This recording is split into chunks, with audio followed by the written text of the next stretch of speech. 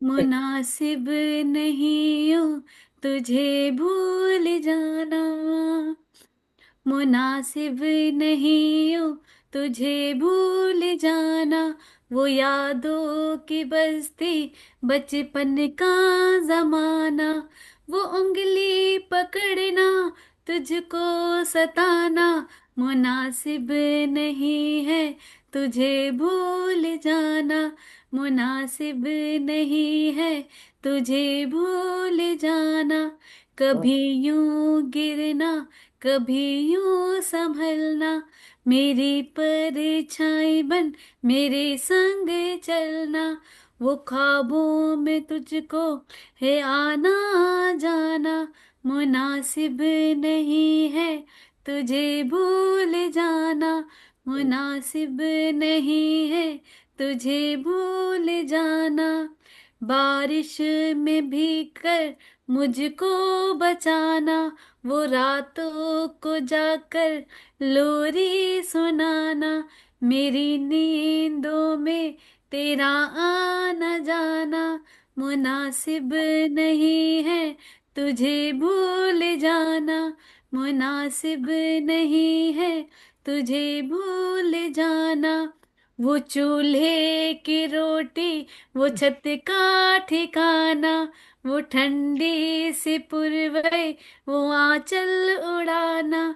मेरी एक हंसी पे तेरा खिलखिलाना, मुनासिब नहीं है तुझे भूल जाना। कि मेरे, आप भी जानते हैं कि मैं इतना जानते हो कि मेरी हरकतें ऐसी होती थी कि मम्मी इतनी हंसती रहती थी। वो अभी तक भी है। बनी रहनी चाहिए ऐसी ही। हाँ, तो आगे। फिर आखिरी में उनका ठिकाना कौन सा रहता है? आखिरी बंद ये, वो गंगा की लहरें, वो नया ठिकाना, वो गंगा की लहरें, वो नया ठिकाना। वो आंखों में आंसू, यादों का फसाना, वो चंदा से फिर तेरी बातें करना। मुनासिब नहीं है तुझे भूल जाना, मुनासिब नहीं है तुझे भूल जाना। बहुत। जिंदगी के ऊपर एक है क्या रचना मेरी, नज्म है। तो जिंदगी जैसे चलती है, जिंदगी बड़े सुकून से चलती है, क्योंकि कोई भी चाहे कितना ही संघर्ष कर ले वो अपने हिसाब से चलेगी, धीरे ही चलेगी। जो समय तब आना है वो तभी आता है। तो उस पे है, ए जिंदगी तू बड़ी सुकून से चलती है, ए जिंदगी तू बड़ी सुकून से चलती है, कभी हंसती कभी रोती, कभी चुपके से ढलती है। ए जिंदगी तू बड़ी सुकून से चलती है। बहुत। कदमों ने कितनी राहें बदली, कदमों ने कितनी राहें बदली मंजिल पाने के लिए, तुझे परवाह ही कहाँ, तू तो बस धीरे से निकलती है। ए जिंदगी तू बड़ी सुकून से चलती है। तेरे साए में रहकर सफर का बोझ कुछ हल्का सा हुआ, तेरे साए में रहकर सफर का बोझ कुछ हल्का सा हुआ, वरना हकीकत तो यह है तू हर मोड़ पर राह बदलती है। राह बदलती है। जिंदगी तू बहुत बड़ी सही। सुकून से चलती है। थके कदमों की आहट भी तुझ तक ना पहुंच सकी, किस कदर बेपरवाह है तू, किस कदर बेपरवाह है तू, तू अपनी ही धुन में चलती है। ए जिंदगी तू बड़ी सुकून से चलती है। हर बार कोशिश करते, हर बार कोशिश करते रोक ले बाहों में अपनी, पर तू, पर पर तेरी फितरत है, पर तेरी फितरत है, तू हर लम्हा रेत से फिसलती है। जिंदगी तू बड़ी बहुत सही। सुकून से चलती है। बहुत सही। सुमन को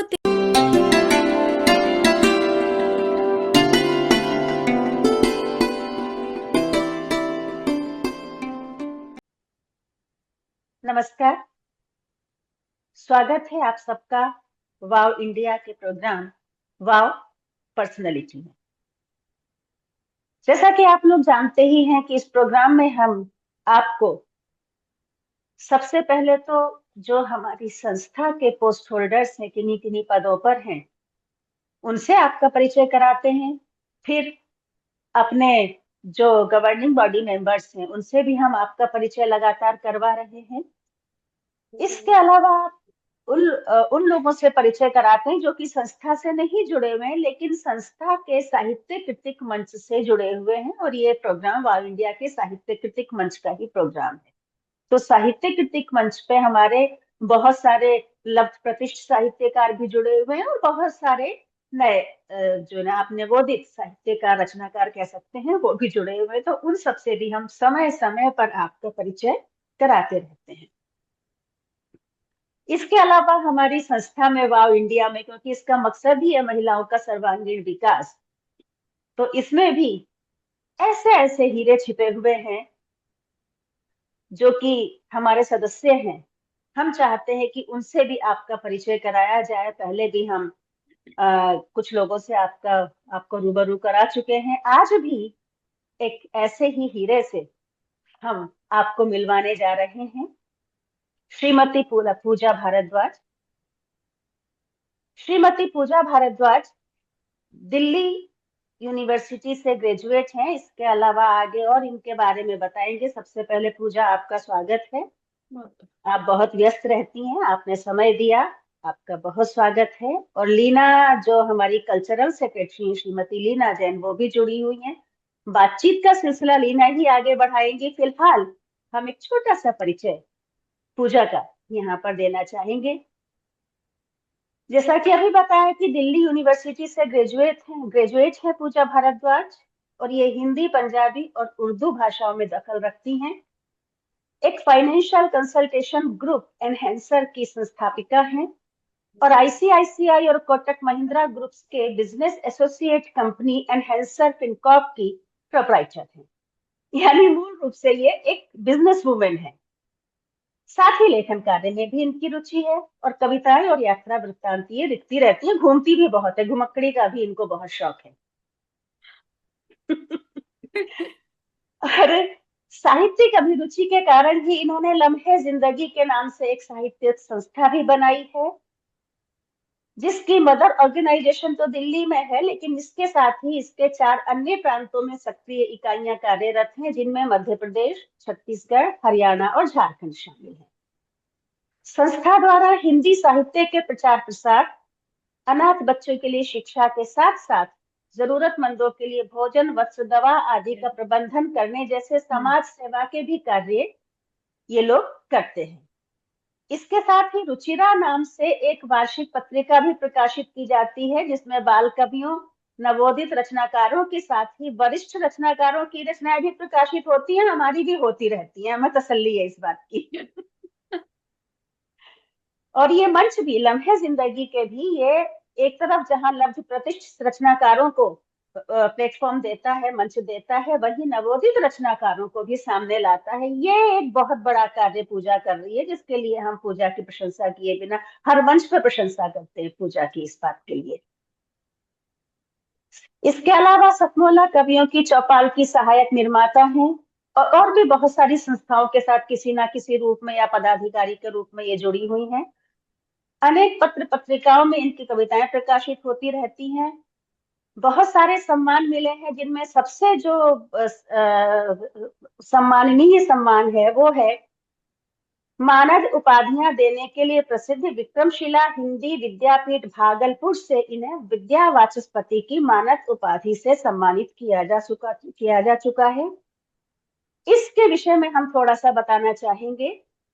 ये जो भागलपुर का जो ये विक्रमशिला हिंदी विद्यापीठ है, ये आज से नहीं, दशकों से इस क्षेत्र में कार्य कर रहा है, और अब तक अनगिनती लोगों को विद्या वाचस्पति की मानद उपाधि से सम्मानित कर चुका है।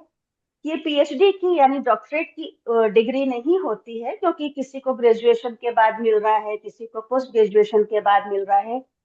ये इनके किए गए कार्यों के लिए इनको सम्मान होता है।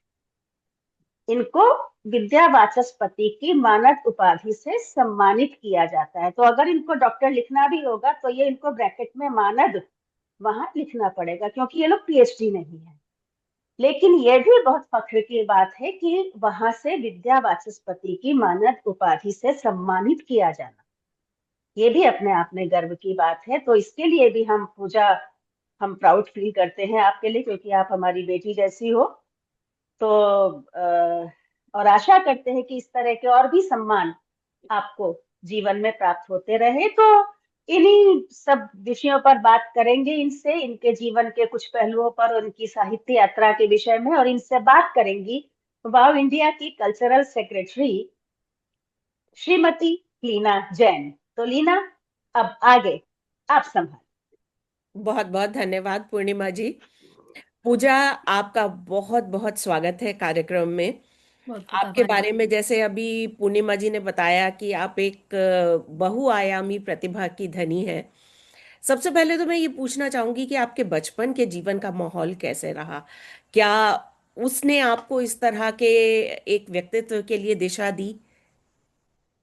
मैं सबसे सर्वप्रथम मैं माँ शारदे को नमन करती हूँ और वाव इंडिया की समस्त टीम को नमन करती हूँ, जिन्होंने मुझे इस योग्य समझा कि आज मुझे, जिनसे मैंने बहुत कुछ सीखा, जो मेरे लिए एक द्रोणा की तरह हैं, मैं डॉक्टर कात्यायनी जी, उनसे सीखा। आज वही मेरे सामने बैठी हैं और मेरा परिचय ले रही हैं, तो साक्षात ले रही हैं, तो मेरे लिए बहुत बड़ी गर्व की बात है, क्योंकि मेरी पहली रचना इन्होंने ही फेसबुक पे देख के कहा था, पूजा बहुत अच्छी है और मुझे भेजो इसे। आओ जिंदगी से आंखें चुराते हैं, सूरज से आंखें मिलाते हैं। तो मैं इनको नमन करती हूँ और मुझे वाकई में, मैं मैम से बोला भी था कि मैम, अ, आपको मैं इंटरव्यू क्या दूंगी? उसने सीखा ही आपसे है, तो मैं आपको इंटरव्यू बीच क्या में दूंगी? बीच में बोलेंगे पूजा। हाँ क्या जी। है कि जो आपके बच्चों की कैटेगरी में आते हैं, एक तरह से वो जब कुछ अच्छा करते हैं ना, तो अपने आप पर गर्व होता है। जी मैम। तो आपसे बात करना यानी अपने जी। आप पर गर्व करना है। तो प्लीज। मैम, जैसे लीना जी आपने कहा, मेरे बचपन, वैसे मेरा बचपन पूरा सिंपल था, क्योंकि पिताजी थे नहीं, भाई था नहीं, हम बस 5 बहनें थी, और माँ थे और मेरी बुआ जी। क्योंकि आप लोग जानते हैं कि एक सरकारी नौकरी के लिए काफी लोग बोलते हैं कि जी हम करेंगे, मगर मेरी बुआ ने कहा कि आप जाओ, मम्मी को एकदम पुश करा, जो कि मम्मी इतनी पढ़ी लिखी नहीं, कहकर नहीं, तेरी लड़कियां है, तुम जाओ और काम करो वहां जाकर। तो मेरी बुआ जी ने ही उनको आगे भेजा, तो आज हम इस मुकाम पे पहुंचे, ये मेरी बुआ की ही मेहनत थी। नहीं तो उनके चाचा, उनके भाई भी वो नौकरी ले सकते थे, हम्म। मगर उन्होंने, वो खड़ी हुई 6 भाइयों के बीच में एक अकेली बहन थी कि नहीं, तुम जाओगी अपनी लड़कियों की करोगी। और मेरी मम्मी दिल्ली आई और उन्होंने हम 5 बहनों को इस मुकाम तक ले गया। बहुत सिंपल सा हमारा वो था कि बस वही सरकारी बस में जाना है स्कूल पढ़ने, बहनों के बीच में सबसे छोटी मैं, और अच्छा। मुझे बहुत संभाल के वो ले जाती थी एकदम फूल की तरह, कि सबसे हाँ। छोटी थी मैं। तो बड़ा मगर मगर मुश्किल भी था थोड़ा सा, हम्म। क्योंकि 5, मम्मी तो ऑफिस चली जाती थी, चाचा जी साथ रहते थे, वो अपने काम पे चले जाते, तो 5 लड़कियां जो कि सुंदर हों, ऐसा सब कहते थे। नहीं हो, आप तो सुंदर हो, आपकी बहनों को तो देखा नहीं। हाँ, तो उनको बड़ा मुश्किल होता था वहां रहना, मगर मम्मी ने जो कह दिया कि ये लाइन नहीं क्रॉस करनी, तो नहीं करनी, नहीं जाना। तो आज हम्म। तक ऐसी नौबत नहीं आई कि किसी ने उनके ऊपर उंगली उठाई, मम्मी कह रही ये उंगली मेरे पे नहीं उठनी चाहिए, जो आज तक नहीं हुई। तो सिंपल सा रहा, बस गए, पढ़ा, आ गए घर पे। हाँ, मगर मेरे घर में कोई भी राइटर नहीं था, ये भाव मेरे थे। और जब मैं क्लास में पढ़ती थी, तभी मैं कहानियां लिखती थी एक्चुअली में पहले। अच्छा। हम्म, वो काल्पनिक होते ना, बच्चों की काल्पनिक हम्म, चीजें, तो मैं वो कहानियां लिखती थी, राजा रानी की, बंदर की कहानी, और बहुत बहुत बड़ी कहानी लिखती थी। हम्म। तो जब किसी ने वो कहानियां पढ़ी नहीं, तो अपने हाथ से वो मैंने कॉपी पे फाड़ के फेंक दी। हम्म। तो मतलब लेखन की शुरुआत आपके बचपन से, बचपन जो से। बच्चों की कहानियां हैं वहां से शुरू हुई। हाँ।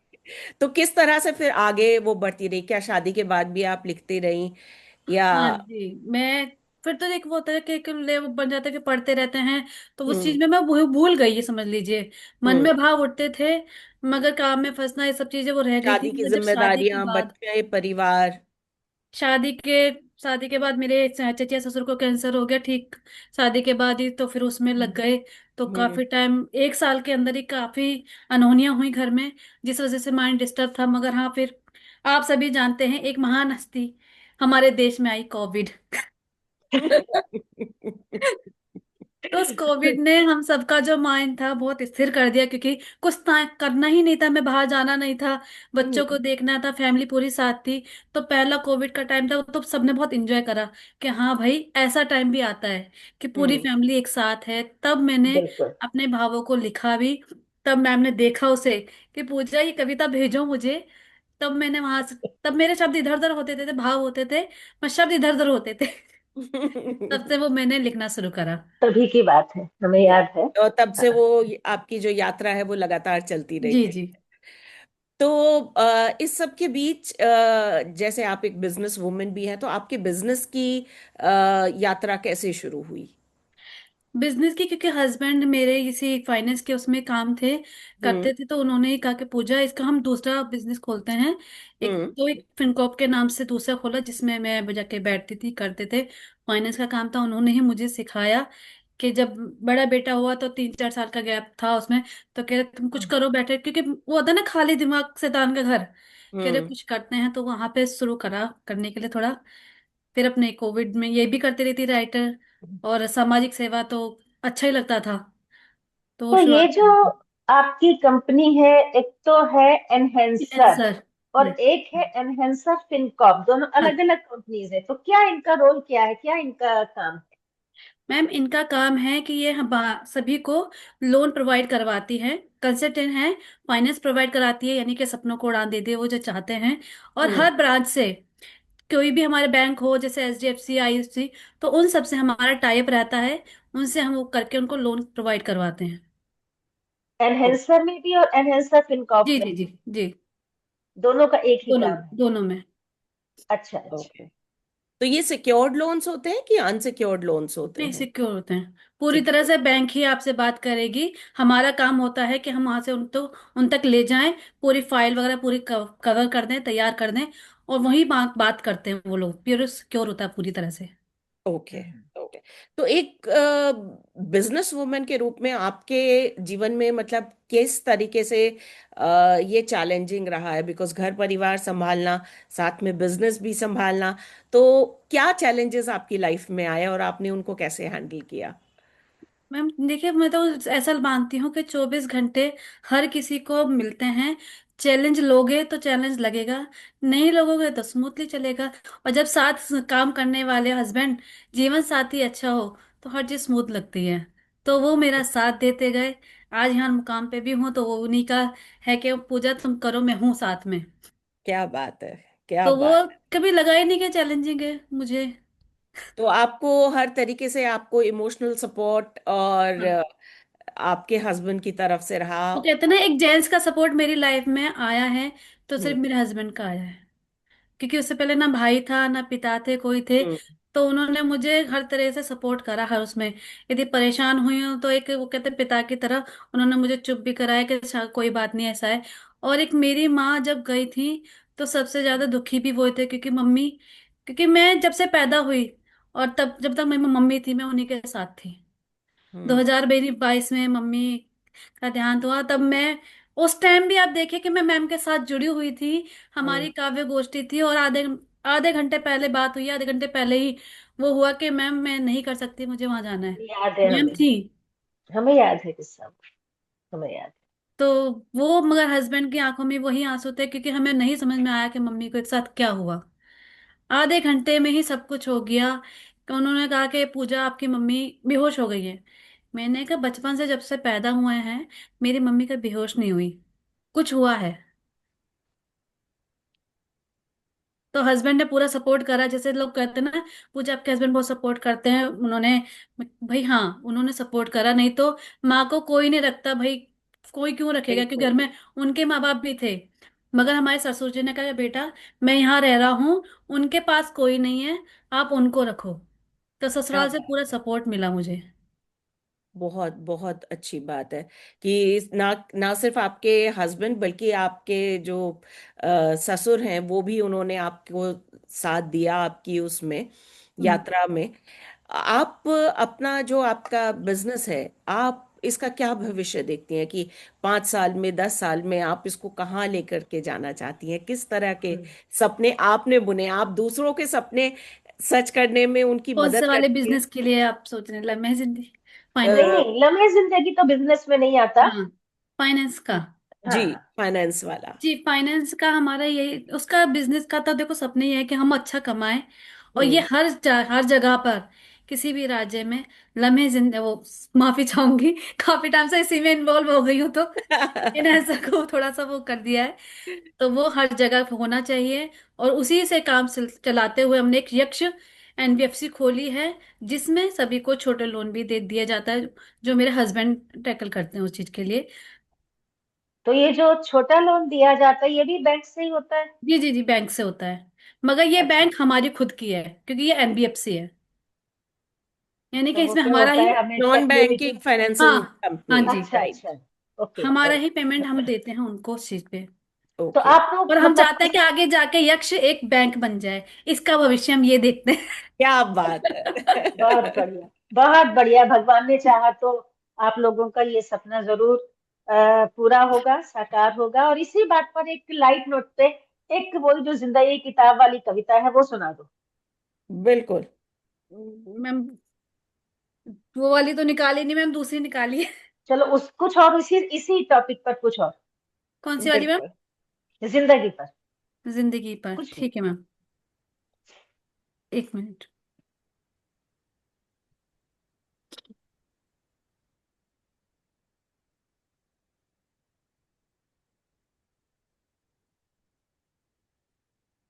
मैंने ये लिखी कुछ है। भी सुनाओ जो इच्छा हो, जी चलो। जी जी जी। हम्म। तो मैम, जिंदगी के ऊपर एक है क्या रचना मेरी, हम्म। नज्म है। तो जिंदगी जैसे चलती है, जिंदगी बड़े सुकून से चलती है, क्योंकि कोई भी चाहे कितना ही संघर्ष कर ले, वो अपने हिसाब से चलेगी, धीरे ही चलेगी। जो समय तब आना है वो तभी आता है। तो उस पे है, ए जिंदगी तू बड़ी सुकून से चलती है। हम्म। ए जिंदगी तू बड़ी सुकून से चलती है, कभी हंसती कभी रोती, कभी चुपके से ढलती है। ए हम्म। जिंदगी तू बड़ी सुकून से चलती है। बहुत खूब। कदमों ने कितनी राहें बदली, कदमों ने कितनी राहें बदली मंजिल पाने के लिए, तुझे परवाह ही कहाँ, तू तो बस धीरे से निकलती है। ए जिंदगी तू बड़ी सुकून से चलती है। तेरे साए में रहकर सफर का बोझ कुछ हल्का सा हुआ, तेरे साए में रहकर सफर का बोझ कुछ हल्का सा हुआ, वरना हकीकत तो यह है, तू हर मोड़ पर राह बदलती है। राह बदलती है। जिंदगी तू बहुत बड़ी सही। सुकून से चलती है। थके कदमों की आहट भी तुझ तक ना पहुंच सकी, किस हम्म। कदर बेपरवाह है तू, किस हम्म। कदर बेपरवाह है तू, तू अपनी ही धुन में चलती है। ए जिंदगी तू बड़ी सुकून से चलती है। हर बार कोशिश करते, हर बार कोशिश करते रोक ले बाहों में अपनी, पर तू, पर पर तेरी फितरत है, पर तेरी फितरत है, तू हर लम्हा रेत से फिसलती है। जिंदगी तू बड़ी बहुत सही। सुकून से चलती है। बहुत सही। सुमन को तेरी बेरुखी से, इसका आखिरी वो है शेर, हम्म। सुमन को तेरी बेरुखी से अब कोई गिला ही नहीं। ए जिंदगी जो भी है तू, बड़ी खूबसूरती से चलती है, बड़ी खूबसूरती से चलती है। ए बहुत जिंदगी सुंदर। तू बड़ी सुकून से क्या चलती बात है। है, बहुत बहुत सुंदर। सुंदर। हम यही जी। दुआ करते हैं कि आपकी जिंदगी इसी तरह सुकून से चलती रहे। तो पूजा, ये आप नामुमकिन सपना है। ये तो बात है। वो जिंदगी। जिंदगी क्या जिसमें प्रॉब्लम पड़ाव ना हो, ना हो। बिल्कुल सही बात आनंद है। नहीं आता ना, आगे वाले लम्हे का आनंद नहीं आएगा आपको, यदि सुकून से चल रही है तो। बिल्कुल सही बात है, नीरस हो जाएगी जिंदगी। हम्म। बिल्कुल। तो आपने दो शब्द कहे अभी, जिंदगी और लम्हे। तो लम्हे जिंदगी की शुरुआत कैसे हुई, और आपका उससे प्यार दिख रहा है कि सबसे ज्यादा आपका प्यार और रुझान उसकी तरफ है, तो उसके बारे में बात करते हैं। जी लीला जी, लम्हे जिंदगी के, कोविड में जैसे मैंने बताया कि इसमें हम्म। भी मैम का बहुत बड़ा हाथ रहा। लम्हे जिंदगी मैंने करा, देखा मैंने, मुझे लगा सच्ची बताएं, जब मैंने लम्हे जिंदगी खोला सबसे पहले तो ऐसा लगा कि पूरी दिल्ली में लम्हे जिंदगी की पहला पटल है। जो एक गलत फहमी थी, आने के बाद पता चलता है कि समुंदर कितना गहरा है। सही बात है। तो वो मैंने जब खोला तो मुझे ऐसा लगा जैसे मेरी किताबें, मेरी कहानियां फटी थी, उसी तरह से किसी नारी की कहानियां, उनके भाव पानी में ना बह जाएं, तो उनके लिए मैंने लम्हे जिंदगी के सा लम्हे जिंदगी पटल बनाया। हम्म। और मुझे नहीं पता कि वो कब बढ़ते बढ़ते इतना बढ़ा कि वो एनजीओ भी बन गया। तो उसमें कविता मैंने मैम से ही सीखी, पहली टीचर मेरी गुरु यही हैं। इन्होंने ही सिखाया कि पूजा इसको ऐसे लिखो। फिर मैं लिखती गई, क्योंकि कहते ना, निंदक निरय राखिए। तो उन्होंने मुझे बताया भी कि ऐसा नहीं, ये इसकी है, ये उनकी। मैंने कहा, सुधार किया। फिर उसी सुधार में आगे चलते चलते मुझे गुरुजी मिले, आदरणीय प्राणनाथ मिश्र जी, जिन्होंने मेरी लेखनी को धार दी कि क्या बात। पूजा भाव अच्छे हैं, शब्द बिखरे हुए हैं, इनको ऐसे करना है। यदि आपको गीत लिखना है, कविता लिखनी है, तो उसे गाते हुए लिखना है। कोई गजल यदि गाने के लिए लिखनी है तो वो ऐसे लिखी जाएगी, तहत में पढ़नी है तो वैसे लिखी जाएगी। तो वही फिर मेरे गुरु बने। जब आज ये गजल जो नज्म सुनाई है, वो भी उन्हीं की देन है कि मैं उनको भेजती हूँ, सर सही है क्या ये? हम्म। तो वो आपको दिशा देते हैं जी, कि इस तरह से कीजिए और उस तरह। लम्हे जिंदगी के भी मार्गदर्शक वही है, मिश्रा वही जी है। ही है। बिल्कुल बिल्कुल। तो बहुत अच्छे व्यक्तित्व है, बहुत अच्छे। जी जी जी। मिश्रा जी, उनका जवाब है सच वो में। गुरु हैं जिसमें गुरूर नहीं है, वो ऐसे गुरु हैं। बहुत बहुत अच्छा व्यक्तित्व है, बहुत बहुत अच्छे। शांत, स्नेहशील, और गुणी तो खैर वो है ही, हम्म। इसमें तो कोई दो राय नहीं। उसमें कोई दो राय नहीं है। बिल्कुल बिल्कुल। तो पूजा, जैसे आपने अभी कहा कि ये अब लम्हे जिंदगी के एक एनजीओ भी तरह रजिस्टर हो गया है।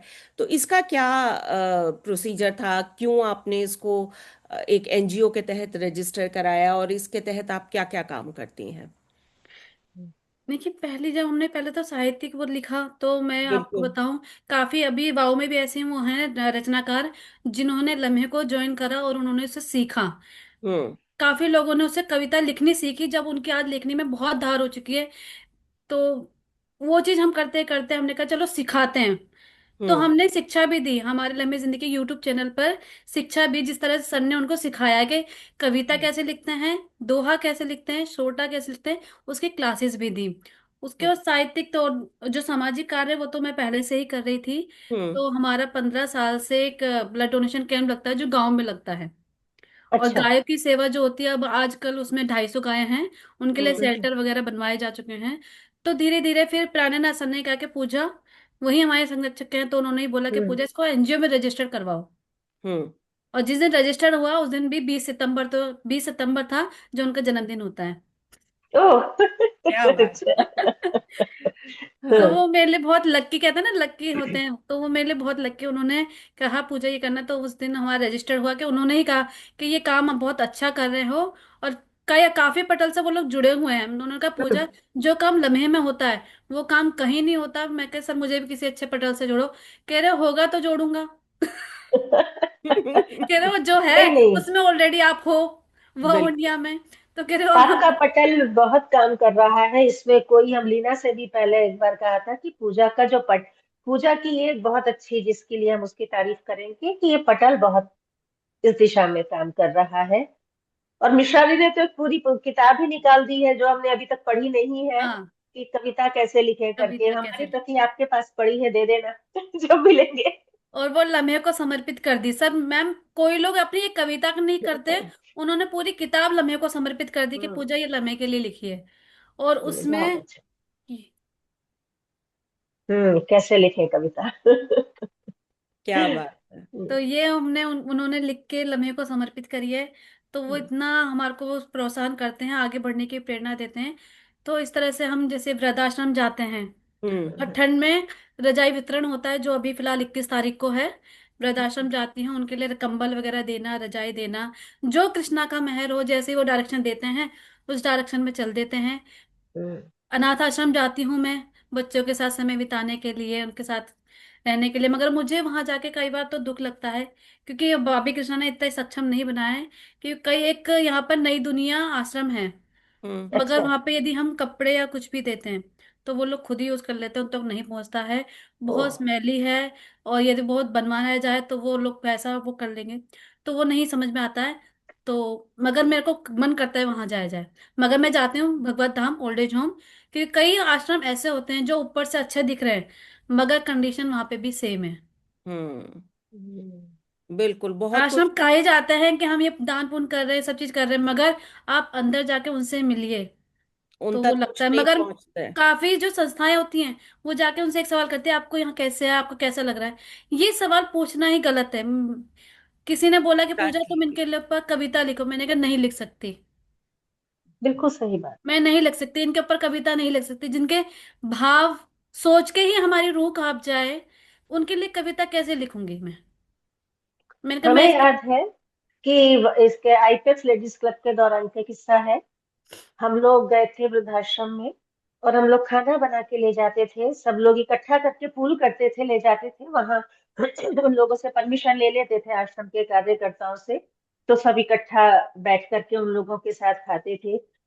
बच्चों को भी लेके जाते थे, वो बच्चों को देख के बहुत खुश होते थे वो लोग। लेकिन जब हम लोग वहां से आते थे ना लीना, वो लोग उदास हो जाते थे, दुखी हो जाते थे। और हमें तरस ये आता था कि इनके परिवार वाले कैसे हैं जो इनको यहाँ छोड़कर, कुछ लोगों के तो परिवार के लोग थे लेकिन हम्म। उनको छोड़ के चले गए थे। मतलब सच में जो पूजा सिर्फ कह रही है। नोएडा में ही घर है। और उनकी हाँ। फैमिली आई थी, 104 साल के हैं। उनकी हम्म। फैमिली लंदन से आई थी। और बहुत रिच वाला है, बहुत रिच हैं। और नोएडा में उनकी फैक्ट्री, उनकी ये कहता कोठी बनी हुई है। बट वो वहां रहते हैं। सच में ये बहुत, वो ये नहीं सोचते कि कल को वो लोग भी वृद्ध होंगे, उनके हम्म। बच्चे उनके साथ क्या करेंगे, मैम जो इसके साथ देखेंगे। एक कहानी है। जब मैं जाती थी ना वृद्धाश्रम, मैं वहां हम्म। जाऊंगी उसका। तो मेरी मम्मी कहती थी कि तू वहां जाती तो मेरे को वहां छोड़ने जाना चाहती है। मैंने कहा मम्मी, मेरे पे और कुछ काम नहीं रह गया है। मैंने कहा मैं ऐसी हूँ, लड़ोगे झगड़ोगे यही रहोगे मेरे सामने। मैं लड़ने झगड़ने के बाद वृद्धाश्रम जाऊंगी आपसे लड़ने के लिए? मैंने सही कहा और कुछ बात काम, मैंने कहा आप पे कुछ और काम नहीं है सोचने के लिए? सही वरना मुझ पे बात एक है। काम है कि मैं आपको वहां छोड़ के आऊं। वो कई बार लिटरली रो भी पड़ती थी। कह रही पूजा, कहा कि तेरे से एक बात पूछूं? मैंने कहा कि तू मुझे वहां छोड़ के आना चाहती है? मैंने कहा मेरे पे कुछ और काम नहीं है। सही मैंने बात कहा है, मैं भी तुमसे वहां उन लड़ूंगी लोगों तो से वहां मिलने आना जाती हूँ। पड़ेगा। बहुत बढ़िया। क्योंकि सुबह उठ के मम्मी के पास ठंड में, गर्माहट में उनके पास घुस जाती थी। जबकि उनको पसंद नहीं है किसी को सुलाना। मैम आप जानोगे ना, मेरी मम्मी का रजाई पे कभी भी चादर पे सिलबट नहीं आई। यदि सिलबट आ गई ना, तो समझ लो कि वो बच्चा नीचे पड़ा मिलेगा, हाथ नीचे उतर। मगर वो मेरे को सुबह अपने पास लिटा लेती थी कि हाँ लेट जा चल। तो आपके छोटे साथ होने एक का फायदा, छोटा हम्म, होने का फायदा। छोटे के पास हमेशा जो है ना मिठाई ज्यादा होती है। उसको एक्स्ट्रा पीस मिलता बिल्कुल ही हाँ ये मिलता कह सकते हैं कि बिल्कुल मेरी 5 बहनें थी, मगर 5 बहनों में जन्मदिन सिर्फ मेरा बनता था। बिल्कुल। लाडली, मम्मी पापा की लाडली छोटी होने की वजह से बानू जी भी जुड़ गई हैं। तो हमारी जो सीनियर वाइस प्रेसिडेंट है, नमस्कार नमस्कार बानू बानू मैम। जी। हटा दूं? एक मिनट। क्या ओके। हुआ? कुछ नहीं, कुछ नहीं। जी लीना, आगे। जी। तो थैंक यू बेटा। आपका जैसे पूजा बहुत अच्छा कनेक्शन रहा अपनी मम्मी के साथ। तो अब आपके जैसे 2 बच्चे हैं, तो क्या उसमें भी वही है कि छोटा वाला आपके ज्यादा करीब है या दोनों बराबर है? कैसे रहता दोनों है? बराबर है। दोनों बराबर मैं है। सर, मैं ज्यादा भी कम प्यार नहीं हो सकता। क्योंकि हाँ। बेटा, बड़ा बेटा जो होता है, उसने मुझे पैसा प्रथम माँ का सुख दिया। उसको मैंने ऐसे पाला कि उसके जो वो इंजेक्शन लगते थे ना, वो भी दर्द वाले नहीं लगाते थे कि इसको दर्द हो जाए। हम्म। मैंने कहा नहीं, महंगा वाला ही लगेगा, इसको दर्द नहीं होना चाहिए। फिर जो आदत पड़ गई, तो फिर छोटे, जबकि कब छोटे वाले को फिर मैंने कहा ऐसे ही लगाया। मगर मेरा छोटा वाला फूल की तरह था, क्योंकि वो प्रीमेच्योर बेबी था। तो ओ, डॉक्टर ने कहा था कि इसको 5 साल तक एकदम ऐसे संभाल कर रखिएगा, आपके पास फूल है। क्योंकि वो सांस लेते लेते सांस लेना भूल जाता था वो। तो मेरी सांसें अटक जाती थी। और आज भी वो वही है, उसको डस्ट से एलर्जी है, बहुत भयंकर। सुबह उठते ही उसको सांस नहीं आएगी। बहुत ज्यादा स्नीचिंग होती है उसको। कम से कम 15-20 मिनट तक वो स्नीचिंग करता रहता है, वो इतना रोता है। नाक ब्लॉक हो जाती है। तो ये अभी भी, जब डॉक्टर को दिखाया तो उन्होंने कहा पूजा जी ये 18 साल तक ऐसा ही रहने वाला है। इसको ऐसे तो है उसके साथ। तो मेरे लिए दोनों ही बराबर हैं। मगर ये है कि पता चल जाता है जब किसी को परेशानी होती है ना। माँ का अभाव आज मुझे पता चलता है कि मम्मी को कैसे पता चलता था। कैसे पता चलता था? बिल्कुल। बिल्कुल, जब हम माँ खुद को माँ सब बनते पता हैं, होता है। हाँ, तब पता चलता है कि माँ क्या थी हमारी। माँ क्या चीज है। बिल्कुल। बिल्कुल। क्योंकि अ, मेरे जब बड़ा बेटा क्रिकेट खेलने जाता है, तो यदि उसका बॉलिंग या कुछ नहीं होता तो मैं उसे इनसे बोल देती, फोन करके बोल देती पंकज जी से कि शायद कुछ हुआ है, उसने वो नहीं करा कि नहीं कुछ नहीं हुआ। मैंने नहीं कुछ हुआ है उसको। तो बाद में कहते थे तुझे कैसे पता चला उसके पैर में लग गई। मैंने कहा मुझे लग रहा था, घबराहट शुरू हो जाती है। माँ को तो यही इंट्यूशन हो माँ जाती होती है। है। माँ को इंट्यूशन हो जाती है। माँ ये को। बात है। तो इसलिए मेरे लिए तो दोनों बच्चे बराबर हैं। क्योंकि मेरा अविक भी जब रोता है, नरवाना में रोता था, कहीं भी रोता था, पता चल जाता था आवाज आ रही है उसकी भाई। बुलंद आवाज है। इसी बिल्कुल। बात पे पूजा एक कविता हो जाए एक आपकी कविता हो पसंद। जी जाए। मैम। बिल्कुल। तो मैं एक कविता आपको सुनाती हूँ। पहले तो श्रृंगार की एक मुक्तक रखती हूँ कि एक प्रेम में प्रेमिका क्या चाहती है। हम्म। मैं तुलसी दल हूँ अभिरामा, चाहते हैं सालिग्राम को पाऊं। मैं तुलसी दल हूँ अभिरामा, चाहत हूँ सालिग्राम को पाऊं। निज दिन तेरे नाम को जपती, प्रीत सदा तेरे चरणों की चाहूं। और भला क्या मांगू कृष्णा, और भला क्या मांगू कृष्णा, छवि तेरे प्रेम में चाहूं। राधे बन प्रेम अमर हो, गोरा जैसे साथ में जाऊं। राधे जैसा प्रेम अमर हो, गोरा जैसे साथ में जाऊं। एक बहुत प्रेम। सुंदर। बहुत सुंदर, बहुत बहुत सुंदर। सुंदर। अब एक मैं नज्म वो सुनाती हूँ जो रिश्तों के ऊपर है, कि जी। आजकल के सुना। कलयुग के रिश्ते कैसे हो गए हैं। हम्म। बिल्कुल। है रिश्तों की कैसी बिसात, ना पूछो। है रिश्तों की कैसी बिसात, ना पूछो। जो रिश्तों को समझे जज्बात, ना पूछो। ना समझो रिश्तों को हल्का साहिब, न समझो रिश्तों को हल्का साहिब। मगर टूट बिखरे हालात, न पूछो। वाह। ये वाह। रिश्तों की कैसी बिसात, न पूछो। है जिंदगी ये लंबी, यूं छोटी नहीं है। है हम्म। जिंदगी ये लंबी, यूं छोटी नहीं है। कैसे ये गुजरे ख्यालात, न पूछो। है बहुत। रिश्तों की कैसी बिसात, न पूछो। हर मोड़ पे चाल चलते हैं रिश्ते। आजकल के हम्म। रिश्ते ऐसे ही हो गए हैं। बिल्कुल। उम्मीद करते हैं कि आपसे जोड़ पा रही होंगी इन चीजों को। बिल्कुल। हर मोड़ पे चाल चलते हैं रिश्ते, कैसे थमे मुलाकात, ना पूछो। ये रिश्तों की कैसी बिसात, ना पूछो। बहुत। रोते बिलकते कई घर उजड़े, रोते बिलकते कई घर उजड़े।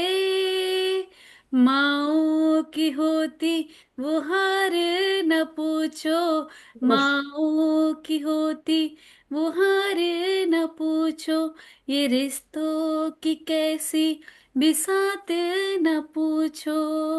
और पतन कैसे होता है रिश्तों का। हर रिश्ते का देखो पतन हो चला है। हर रिश्ते का देखो पतन हो चला है। लफ्जों के पीछे तीखी धार, न पूछो। लफ्जों सही के बात। पीछे तीखी धार, न पूछो। पूजा से अब कोई ताल्लुक नहीं है। इसका आखिरी शेर है। पूजा से अब कोई ताल्लुक नहीं है। बुझते दियो से मालूमात, ना पूछो। ये रिश्तों की कैसी बिसात, न पूछो। बहुत सुंदर सही गला। बात है। बहुत हमारी शब्द ही होते हैं जो रिश्तों को एक आगे तक भी ले जा सकते हैं और रिश्तों को खत्म भी कर सकते हैं। खत्म भी कर सकते हैं। तो रिश्तों की बड़ी अच्छी और बिसात जब रिश्तों में आपने लड़ाई होती बिछाई। है तो माँ दोनों तरफ हारती है। वो नहीं समझ तो पाती किस बेटे की ओर जाना है मुझे। तो रिश्तों की बड़ी अच्छी बिसात आपने बिछाई, बहुत सुंदर। बहुत सुंदर। आप ही का आशीर्वाद है मैम जो यहाँ तक पहुंचे हैं। नहीं, तो आपकी अपनी, काबिलियत है। हाँ, लीना। बिल्कुल। बहुत अच्छा लगा पूजा आपसे बात करके, आपकी पूरी जीवन की यात्रा हमने समझी। पूर्णिमा जी, आप कुछ पूछना चाहती हैं? या बानू जी आप? नहीं, अभी रुचिरा, अभी जैसे आपकी जो संस्था है लम्हे जिंदगी के, इसी के इसी के अंतर्गत आप रुचिरा निकालती हैं, रुचिरा नाम से एक जी। वार्षिक पत्रिका निकालती हैं, जिसमें आप प्रतिष्ठित रचनाकारों को तो लेती ही हैं, साथ में नवोदित रचनाकारों को भी लेती हैं, और बाल कवियों को भी आप उसमें शामिल करती हैं। तो ये रुचिरा निकालने की प्रेरणा आपको कहाँ से मिली? मैम ये रुचिरा निकालने की प्रेरणा वो होते हैं ना कि मैम मुझे कुछ हमेशा से ये रहता है कि कुछ करना है, जीवन में कुछ करना है, नया कुछ करना है। तो जब गृह लक्ष्मी में मेरा कवर पेज आया था और गृह लक्ष्मी की तरफ से फोन आया था, पूजा मैं आपकी फोटो छापना चाहती हूँ, तो मुझे बहुत अच्छा लगा था क्योंकि वो 22 सितंबर का दिन था, 2022। तो मैंने गृह लक्ष्मी हमेशा पढ़ती थी, तो मुझे मन करता था कि मैं ऐसी कोई पत्रिका निकालूं, ऐसी पत्रिका निकालूं। तो तब जाके मैंने सर से बात करी, मैंने कहा सर ऐसा कुछ करते हैं, मगर इसमें हम जो हमारे सीनियर राइटर हैं, बहुत जो अपने आप में एक मकाम बन चुके हैं, उनके से हम कोई पैसा नहीं लेंगे। सब कहते पूजा आप पैसे लेते हो, मैंने कहा भाई पेमेंट के बिना तो कुछ हो ही नहीं सकता। आप पेमेंट किसी से भी लो, चाहे अपनी टीम से लो, बाहर से लो, स्पॉन्सर से लो, बिना पेमेंट के कुछ नहीं हो सकता। सब कहता पेमेंट, मैंने कहा भाई लेनी पड़ती है। मगर हम इसमें ना सीनियर राइटर से पेमेंट लेते हैं, ना नव बच्चों से लेते हैं, ना हमारी फुलवारी के जो बच्चे होते हैं जो 8 से 10 साल के होते हैं उनसे भी नहीं लेते, और युवा रचनाकारों से भी हम पेमेंट नहीं लेते क्योंकि हम्म, वो अभी कमाते नहीं हैं।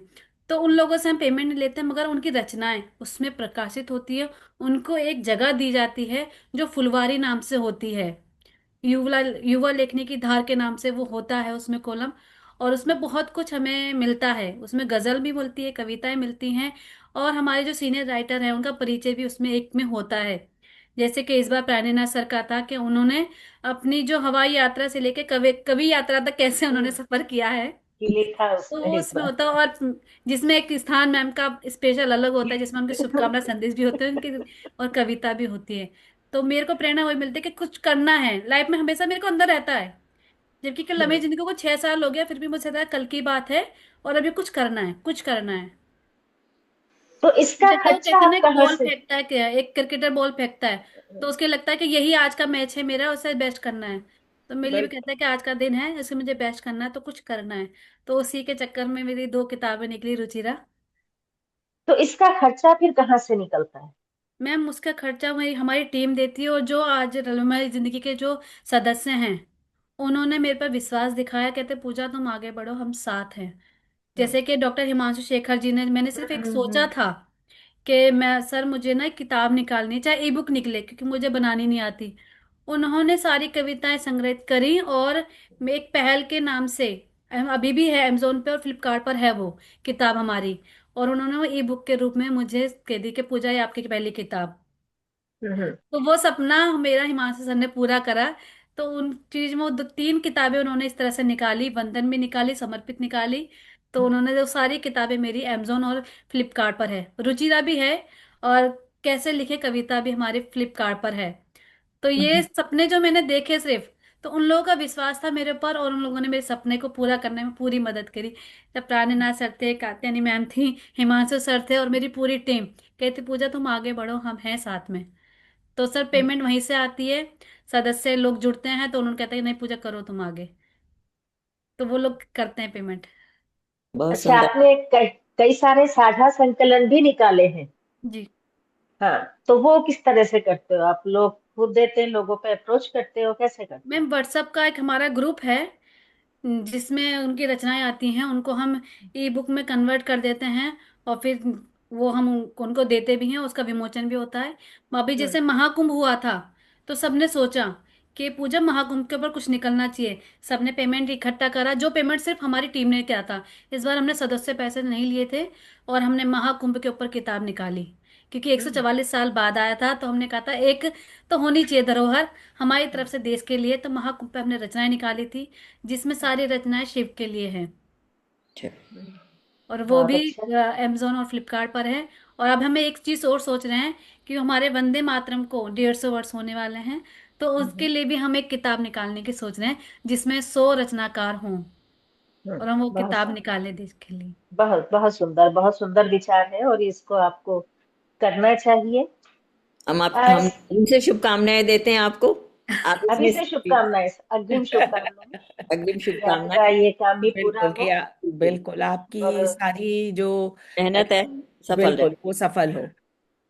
और आप सतमोला कवियों की चौपाल, जो कि जहाँ पे कि वो लोग उसमें है उनका कि हम साल में आपके इतनी रिकॉर्डिंग्स करेंगे, उनका एक वो है प्रवीण आर्य जी का। हाँ जी तो उसमें आप सहायक निर्माता हैं।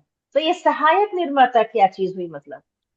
मैम, जब मैं सबसे पहले वहां पे पहले मैं रचना पढ़ने जाती थी, हम्म। तो उसके बाद 2-3 साल मैंने वहाँ रचना पढ़ी। और हम्म। उनको पता है कि मेरा लम्हे जिंदगी का पटल है। तो हाँ। उन्होंने फिर जाके पूछा आप संचालन करो, क्योंकि मैं हम्म। संचालन सीख भी रही थी। तो उन्होंने कहा पूछा संचालन करो, तो वहाँ संचालन करा। 3-4 बार संचालन करने के बाद उन्होंने मुझे ऑफर करा कि पूजा हम आपको सहायक निर्माता बनाना चाहते हैं। हम्म। हम्म। तो उन्होंने सर, मैं तो ठीक है मैम। मैंने कहा सर आप सीखना तो मेरा वो है, बन हम्म। जाते हैं सहायक निर्माता। मेरे लिए तो बड़ी बात है कि सतमोला कवियों की चौपाल जो हम कई बिल्कुल। सालों से सुनते आ रहे हैं, उसमें सहायक निर्माता के रूप में काम करना मेरे लिए बड़ी बात थी। तो उसमें सहायक निर्माता। तो उसमें क्या, जब प्रोग्राम होता है तभी आपका काम होता है कि कुछ ना कुछ उसमें, जैसे हमें आगे क्या करना है, इस तरह नहीं की नहीं चीजें? मैम, जब प्रोग्राम होता है तो और हर महीने महीने होता है, तो हम्म। उसमें मैं जाती हूँ, उसमें रिकॉर्डिंग होती है, उसमें बातें होती हैं। प्रोग्राम्स होते हैं जैसे कवि रचनाकार को ले जाना है, तो वो हम्म। काम हम करते हैं। तो ये काम हमारा होता है, सहायक निर्माता के संचालन करना होता है, प्रोग्राम करने होते हैं। तो क्या इसमें आप फाइनेंशियल योगदान भी देती हैं? नहीं, अच्छा। तो लेती हूँ। कवियों को आप लेती हूँ। ले जाती है?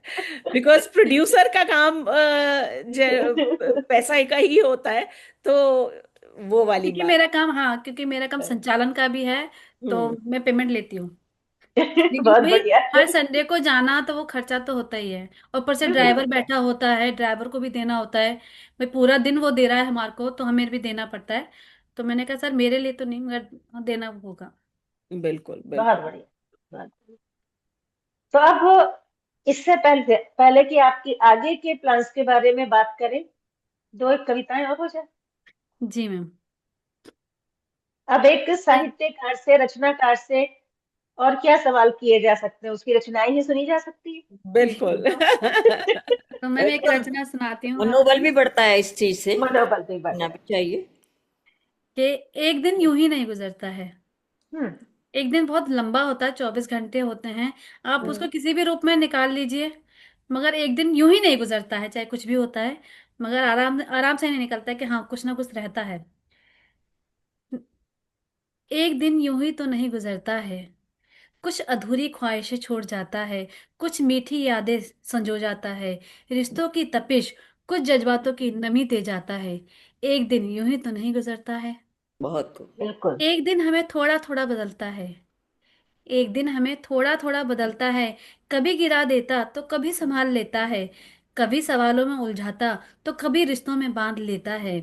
तो कभी जवाब बनकर सामने आता, कभी जवाब बनकर सामने आ जाता है। एक दिन यूं ही तो नहीं गुजरता है।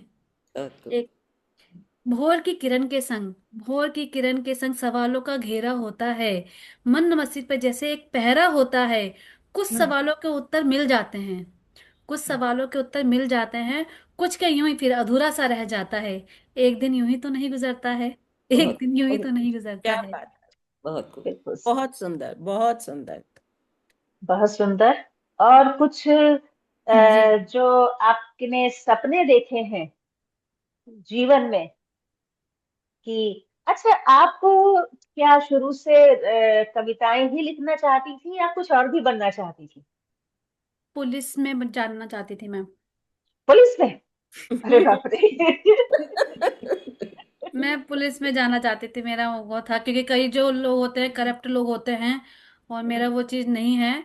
आज भी देखती हूँ कई लोगों को कि हमार को हमें कहा जाता है कि हेलमेट लगा के जाइए, बेल्ट लगा के जाइए, मगर जब मैं जो जिप देख रही होती हूँ उसमें पुलिस वाले जो बैठे होते हैं बिना हेलमेट के होते हैं कई बार बाइक पे, और उनकी सीट बेल्ट गाड़ी में नहीं होती है। तो मैंने कहा होता इन है। चीजों को मैं कई बार ड्राइवर से बोलती, मैंने बोलूं इनको, कह रहे मैम मैं पुलिस वाले, मैम रहने दीजिए। तो मेरा मन था इस चीज के लिए कि मैं कोई एक वर्दी होनी चाहिए थी, मेरा मन था। क्योंकि मैंने कभी ना लड़कियों की वो पहले जैसा सोच थी कि लड़कियां ऐसे, अब मेरी सोच बदल चुकी है, मगर हाँ मैं कहते कुछ करना था, क्योंकि मैं अपने घर की लड़के की तरह काम करती थी। क्योंकि बचपन से ही मम्मी ऑफिस जाना सब करती थी, तो हम्म। मुझे ही निजामुद्दीन, आप समझ सकते हो कि निजामुद्दीन पूरा उनका इलाका है, मोमडन्स का इलाका है। हम्म। वहां पे मेरा काम होता था कि वहां पे मुझे वहां से राशन लेके आना होता था, क्योंकि हम आश्रम में रहते थे। तो ओह, लड़कों का पूरा काम घर का राशन लाना है करना, सब मैंने ही करती थी मैं। तो मेरा मन करता था कि एक वर्दी कुछ होना चाहिए, हम्म, जिससे मैं अपने घर परिवार को सेफ रख सकूं, ए, और जो मेरी बहनों को कुछ वो हो तो उस चीज की सेफ्टी के लिए मेरा मन था कि कुछ करा जाए। पर हो नहीं सका। लेकिन कोई आप बात जहाँ कर रही हो वो भी बहुत अच्छा काम नहीं, वो है। भी बहुत मगर अच्छा अभी भी काम है। मैं कोशिश कर रही हूँ कि मैं LLB कर लूँ, फॉर्म सोच रही, फॉर्म भर दूं मैम मैं।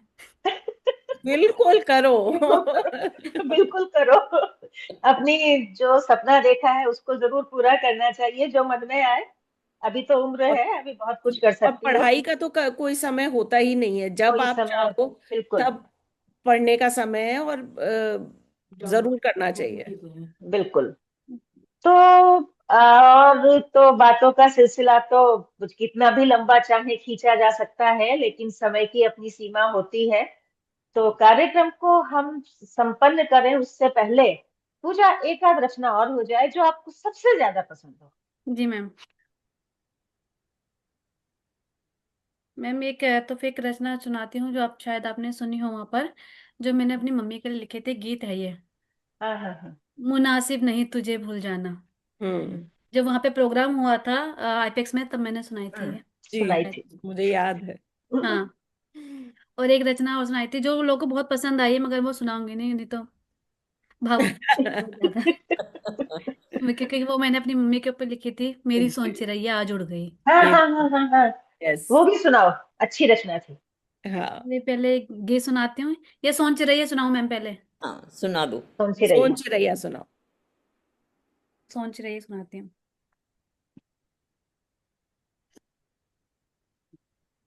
एक सोच चिरैया आज उड़ गई। हम्म क्योंकि जब मैंने अपनी मम्मी को देखा था, तो क्योंकि वो ही मेरे लिए सोने की चिड़िया थी। क्योंकि जहां जाती थी, सोना बिखेरता प्यार बिखेरती हुई आती थी वो, चाहे मेरे पास हो दीदी के पास रहे, तो उनके लिए है। एक सोन चिड़ैया आज उड़ गई, पीछे हम्म अपना जहां छोड़ गई, अब बस यादों का बसेरा है, तेरे बिन सब अधूरा है, आंखों में सैलाब और दिल में समंदर का हिलोरे मार रहा माँ, क्यों तुम मुझसे रूठ गई, क्यों तुम मुझसे रूठ गई आज, क्यों तुम मुझ पर, तुम दूर डाली पर बैठ बैठ गई, कैसे तेरे आंचल की खुशबू ले पाऊंगी, तेरे हाथों की गर्माहट कहाँ से ले पाऊंगी माँ, क्यों इतनी जल्दी सफर पूरा किया, सांझ ढले ही तो बातों का सिलसिला शुरू किया था, कि वो शाम का वक्त था, क्यों सारी दौड़ तोड़ चली, मेरी सोच रैया आज उड़ चली, मेरी हम्म सोच रैया आज उड़ चली, बेट मुंडेर पर क्यों दूर से तकती हो, बेट मुंडेर पर क्यों दूर से तकती हो, पास आकर मेरे हाथ सर पर हाथ क्यों नहीं रखती हो, माँ हम्म एक बार आ जाओ सीने से लगा लो, आंचल में छुपा लो माँ, क्यों सोन चिड़ैया चार चिड़ैया को छोड़ चली, क्योंकि एक दीदी मेरी का भी स्वर्गवास हो गया है, तो उनके, क्यों चार चिड़ैया को छोड़ एक चिड़ैया के पास चली हूँ, क्यों मेरी सोन चिड़ैया आज इतनी दूर उड़ चली, अश्रु की धारा दे क्यों मंद मंद मुस्काती हो, क्योंकि जब देह छोड़ देता शरीर तो वो हमारी नहीं रहती है, बिल्कुल। अश्रु की धारा दे क्यों मंद मंद मुस्काती हो, धरा को छोड़ आज नील गगन का सिपाही बनी, अब एक नया जहां तुमने बनाया है, क्यों मुझसे रूठ गई, एक गलती तो माफ की होती, मुझे लगता है जैसे मेरी गलती थी, क्योंकि मेरी मम्मी कहती पूजा मुझे ले जा बहुत ठंड है, और हस्बैंड बाहर गए हुए थे, तो मैंने कहा मम्मी आ रही हूँ लेने, हस्बैंड ने भी बोला कि मैं आ रहे हैं, 22 तारीख को हम लेने जाने थे, तो मगर 22 जनवरी में उनका आखिरी वो हुआ। हम्म क्यों क्यों मुझसे रूठ गई, गलती की सजा माफ की होती, उस गलती की सजा मुझे माफ की होती, क्यों मेरी सोच रही है उड़ चली। एक बार आ जाओ माँ, एक बार आ जाओ, मुझे सीने से लगा लो, मेरी सोच रही है आज उड़ चली। वाह, बहुत बहुत। भावुक कर देने वाली कविता लिखी है आपने। बिल्कुल। इससे ज्यादा जो एक प्यार माँ का दिखाया है, इससे ज्यादा नहीं हो सकता। और हमें तो ताज्जुब हुआ क्योंकि पूजा अच्छी खासी मतलब थी, और एकदम से कि मैं जा रही हूँ, मैंने कहा ये सब मैं हो गया, कैसे हुआ? यकीन नहीं हुआ एकदम से जब पूजा ने बताया बात। उस वाकई दिन भी हमारी बहुत। काव्य गोष्ठी चल रही थी। काफी हाँ। कोशिश। हम्म। तो ये गीत है उनके लिए। हाँ, सुनो। मुनासिब नहीं हो तुझे भूल जाना, मुनासिब नहीं हो तुझे भूल जाना, वो यादों की बस्ती बचपन का जमाना, वो उंगली पकड़ना तुझको सताना, मुनासिब नहीं है तुझे भूल जाना, मुनासिब नहीं है तुझे भूल जाना, कभी यूं गिरना कभी यूं संभलना, मेरी परछाई बन मेरे संग चलना, वो ख्वाबों में तुझको है आना जाना, मुनासिब नहीं है तुझे भूल जाना, मुनासिब नहीं है तुझे भूल जाना, बारिश में भीग कर मुझको बचाना, वो रातों को जाकर लोरी सुनाना, मेरी नींदों में तेरा आना जाना, मुनासिब नहीं है तुझे भूल जाना, मुनासिब नहीं है तुझे भूल जाना, वो चूल्हे की रोटी, वो छत का ठिकाना, वो ठंडी सी पुरवई, वो आंचल उड़ाना, मेरी एक हंसी पे तेरा खिलखिलाना, मुनासिब नहीं है तुझे भूल जाना। क्योंकि मेरे आप भी जानते हैं कि मैं इतना जानते हो कि मेरी हरकतें ऐसी होती थी कि मम्मी इतनी हंसती रहती थी। वो अभी तक भी है, बनी रहनी चाहिए ऐसी ही। हाँ, तो आगे। फिर आखिरी में उनका ठिकाना कौन सा रहता है, आखिरी बंद ये, वो गंगा की लहरें वो नया ठिकाना, वो गंगा की लहरें वो नया ठिकाना, वो आंखों में आंसू यादों का फसाना, वो चंदा से फिर तेरी बातें करना, मुनासिब नहीं है तुझे भूल जाना, मुनासिब नहीं है तुझे भूल जाना। बहुत सही बहुत बात है। बहुत सुंदर। माँ बाप को भूल जाना पॉसिबल ही नहीं कि है। मैं मेरे पॉसिबल लिए तो नहीं। माँ बाप भाई बहन आपके लिए ही बिल्कुल, सब सब वही थी। बिल्कुल वही और थी। आलम यह है कि मैम आज भी कभी भी याद आ जाता है, कई बार बहुत ज्यादा आता है, तो आज भी मैं सुबह सुबह रोने लग जाती हूँ, मैं इनसे कहने लग जाती हूँ कि बस मुझे मेरी माँ ला के दे दो। वो एक ऐसी चीज है जो कभी वापस नहीं आ सकती। सिर्फ उनका प्यार, उनका आशीर्वाद आपके बस ऊपर है। कई बार पता है मैं कभी वही। लेट होती हूँ ना लीला जी, कई बार लेट हो गई जैसे आंखों में तो मेरे गेट पे खटक हो जाती है कि हाँ उठ, लेट हो रही है, स्कूल लेट हो रहा है। वो हाँ। बता देती थी कई बार कि पूजा लेट हो रहा है वो स्कूल के लिए, और वो वो अभी आज भी भी। आहट होती है। एग्जैक्टली मैं वही कह रही थी। वो आज भी आपको वहां से देख रही हैं, और आपकी सफलता पे वो ताली बजा रही हैं, खुश हो रही हैं, और बस आपको वो देखने के आशीर्वाद लिए दे नहीं रही है, हैं। बस वो देखने के लिए नहीं है। वो देख आज भी भी रही बहुत है, खुशी कहीं होती। वो दूर देख बैठी। रही हैं, आप उन्हें नहीं देख पा रही हैं। हाँ, बस। वो देख भी रही है और देख करके आपको आशीर्वाद दे रही है और खुश हो रही है। बिल्कुल। बिल्कुल। तो भाई, बस हम तो यही कामना करेंगे कि आपके जो भी भविष्य की योजनाएं हैं वो सब जो है साकार रूप लें। पालू जी। जी। पूजा, मैंने बहुत दिन बाद आपको सुना है। आप में जितनी और गहराई आई है, उसको सुन के मुझे लगा कि मैंने आपको बहुत मिस किया, इस हिसाब से मैं आपको बीच में भी सुनती तो मुझे और अच्छा लगता। और आप ऐसे ही अपनी ऊंचाइयों पे चढ़ती चली जाएं, ऐसी हमारी शुभकामनाओं के साथ। आपने हमें वक्त दिया, उसके लिए आपका बहुत बहुत धन्यवाद। मैं मेरे लिए आगे की बात है कि आप तीनों ही मुझसे बड़े हैं, और आप तीनों मेरा इंटरव्यू ले रहे हैं, जिन्होंने तीनों से मैंने खुद सीखा है। क्योंकि लीना जी से मैंने संचालन करना सीखा है, क्योंकि वो जिनकी उनकी आवाज में जो दम है, भाई सुनते ही कहता हाँ भाई, वो दूर से सुन लेंगे, उनका हाँ जी लीना मैम की आवाज है ये, उनका संचालन हो रहा है। जब वाओ इंडिया में इनका संचालन होता है या कोई भी स्क्रिप्ट पढ़ती हैं ये, बहुत दमदार उससे करती हैं। और कात्यायनी मैम तो सबसे पहले लम्हे का प्रोग्राम होता था उसमें मुख्य अतिथि बनी थी, और इन्हों से ही मैंने बहुत सीखा था, और बानो मैम भी साथ में थी।